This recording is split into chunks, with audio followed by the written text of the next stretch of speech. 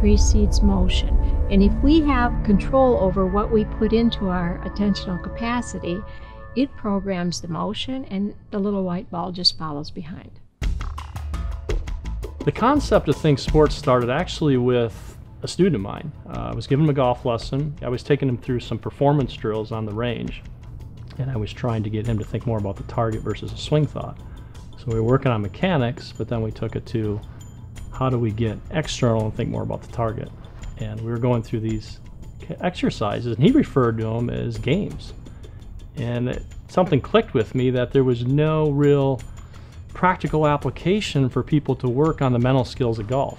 A very important concept to me is that all the games that we are creating are based in science. When we first started doing research on the brain in golf, we were looking for differences in the brain. We were looking to see what parts of the brain are most important for best performance and how we should use them.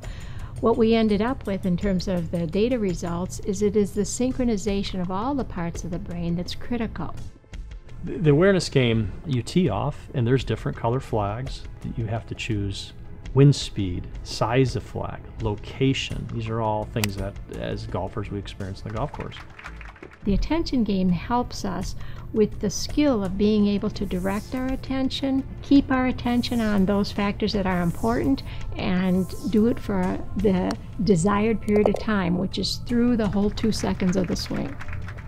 The THINQ game helps you with your shot routine and trying to keep you at a certain tempo, if you will.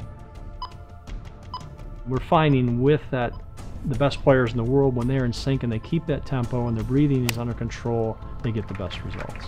And now that there's a system here with THINQ Golf that I can go on and play a game and it can give me a level of where I am. In a week from now, I could go back and see where my level has changed.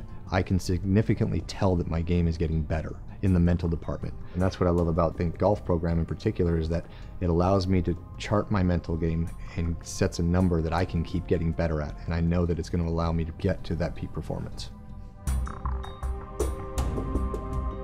I believe the golf is about 80% mental, 20% physical, because the mental game consists of a lot preparation emotionally. Your practice is helping your mental game. If I had access to something that I could use to work on these skills at home or when I'm out on the road training, I would definitely devote more time to my mental game.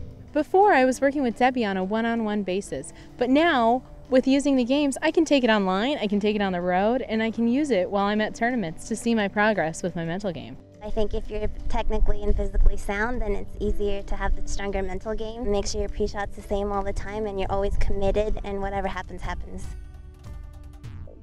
The goal is for members to come and get that practical application of training through these games to improve their game.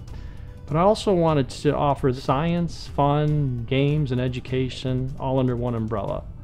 This is going to be an educational portal as well as, okay, I'm learning, now I want to play the games, the practical application. I want to see if I can take this education and these games and these skills to the golf course.